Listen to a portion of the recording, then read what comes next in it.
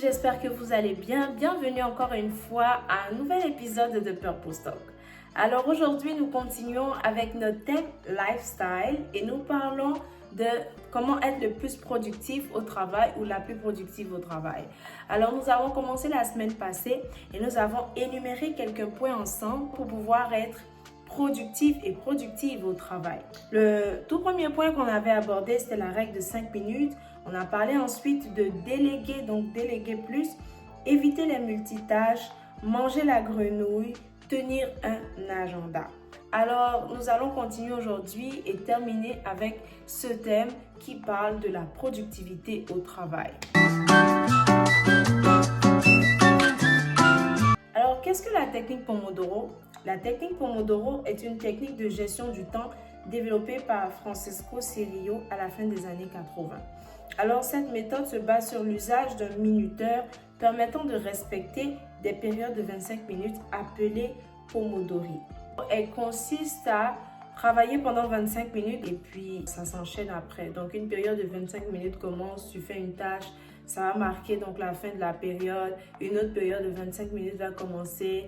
Mais là, ce sera à toi de pouvoir prendre tes pauses comme tu veux. C'est comme si la technique Pomodoro peut être agencée ou peut être liée à la règle des 5 minutes. Tu peux travailler sur la période de 25 minutes et ensuite prendre ta pause de 5 minutes. Cette technique va te permettre d'augmenter ta concentration, de réduire ta fatigue mentale et ça favorise des pauses régulières, ça favorise aussi un suivi constant de tes tâches et de la période que certaines tâches pourraient prendre. Donc, en 25 minutes, tu commences une tâche et soit tu l'as finie ou pas. Donc, c'est possible pour toi de voir si une certaine tâche prend 1 heure. C'est possible pour toi de voir si une certaine tâche peut prendre 25 minutes. Comment tu peux être productive en 25 minutes? Voilà, donc du coup, c'est vraiment une astuce très importante, très intéressante parce que ça te permet d'évaluer le temps que tu peux donner à tes tâches au travail. Mais ça te permet aussi de voir comment tu peux être productive en 25 minutes. Ensuite, il y a l'utilisation des rappels ou des alarmes. Voilà, donc moi je dirais pas alarme au travail. Pour les personnes par exemple qui sont dans l'administration, tu ne mettras pas d'alarme. Ça va déranger tes collègues, ça va déranger les personnes aux alentours et je ne pense pas que c'est la meilleure solution. Mais en même temps, ça dépend du lieu de travail, de tout un chacun. Si jamais tu es vraiment dans un domaine où c'est vraiment la pratique, donc tu travailles manuellement, je pense que les alarmes, ça devrait fonctionner. Si aussi c'est permis comme dans ton travail, il y a du bruit, il y a du mouvement, etc. Moi, je pense que des alarmes, ça peut fonctionner. Mais je vais plus parler des rappels dans le calendrier Outlook. Donc, pour les personnes qui travaillent dans le domaine de l'administration, secrétariat, etc. Donc, vous savez que Outlook, c'est comme le moyen, l'outil qui est utilisé le plus. Donc, Outlook pour la gestion des courriels, mais aussi pour la gestion d'agenda, de calendrier, de programmes, etc. Insérez vos tâches, donc vos tâches que vous devez faire avec l'heure et ça va même vous aider en fait si la tâche est régulière, donc quotidienne ou hebdomadaire ou mensuelle ou bimensuelle ou annuelle. Vous pourrez paramétrer cette tâche-là comme vous voulez la paramétrer. Voilà, donc c'est ce qui est intéressant avec les calendriers dans Outlook. Vous pourrez gérer ça comme ça. Disons que vous venez le matin au travail 8h30 et c'est un lundi. Donc si le lundi, avant de commencer même le travail, vous avez certaines choses à faire comme arroser vos plantes ou même aller chercher le courrier, vous pourrez voir les rappels passer. Donc dès que vous allumez votre ordinateur dès le matin au travail, vous voyez la tâche s'afficher. Le truc avec ça, c'est que une fois que vous voyez la tâche sortie, lorsque le rappel sort sur votre écran, donc la notification, il faudrait que vous le fassiez en même temps.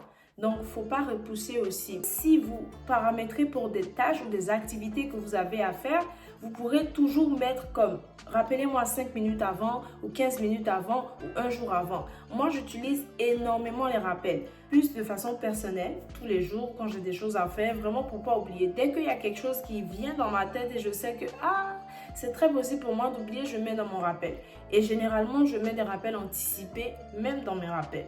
Donc, du coup, si j'ai quelque chose à faire ce vendredi, par exemple, ou le samedi, je vais créer le rappel justement pour le samedi, mais je vais mettre un rappel anticipé. Donc, rappelle-moi ou dis-le-moi 2 jours avant, ou dis-moi 1 jour avant, pour que je sache, voilà, que j'ai la chose à faire demain. Si vous avez d'autres outils de gestion au travail, ou etc., vous pouvez les utiliser aussi.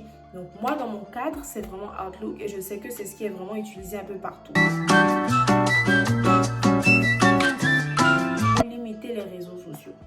Utiliser des bloqueurs de réseaux sociaux, donc pendant les heures de travail, ne pas déranger par exemple. Il y a cette option-là pour les personnes qui utilisent le système iOS ou sinon même avec Android. Je sais qu'il y a vraiment des moyens de bloquer des applications pendant une certaine période donnée. Donc, il y a Blockseat, il y a Runhook, il y a Freedom Hub. Donc, c'est vraiment des applications vraiment pour vous aider à bloquer vos applications, les réseaux sociaux, etc. Des choses qui sont susceptibles de vous déranger lors de votre travail. C'est personnel. Il faut que la personne décide d'elle-même de comment elle va gérer ça. Voilà, à quel degré ça te dérange, à quel degré ça te perturbe dans ton travail, à quel degré ça te déconcentre, à quel degré tu es addict. Il y a ça aussi. Moi, je suis chrétienne, je crois vraiment que l'Esprit de Dieu peut donner cette capacité. Alors, le point bonus que je donne, c'est vraiment de pouvoir impliquer l'Esprit de Dieu dans ton travail, dans ta journée, dans chaque journée. Vraiment prier avant d'aller sur le lieu de travail. Prier lorsque tu arrives aussi au travail. Demander au Seigneur de te donner cet esprit-là de productivité, cet esprit d'excellence, cet esprit de prééminence. Voilà, que le Seigneur vraiment te guide, que le Seigneur te conduise, que le Seigneur te donne l'intelligence et la sagesse, voilà, de pouvoir mener à bien tes tâches. Voilà, que le Seigneur te donne un esprit stratégique, vraiment pour pouvoir attaquer les tâches de façon parfaite. Voilà, de pouvoir attaquer ces tâches-là d'une certaine façon, avec une certaine prouesse, mais aussi de bien faire, mais aussi d'impressionner tes patrons, mais aussi vraiment de te démarquer, de sortir du lot. Et puis voilà, donc souvent il y a des choses même que tu ne sais pas que tu dois faire, mais l'Esprit de Dieu peut te dire, bon, ils vont venir te demander ça dans 2 heures comme ça ou dans 1 heure, donc fais en même temps, anticipe.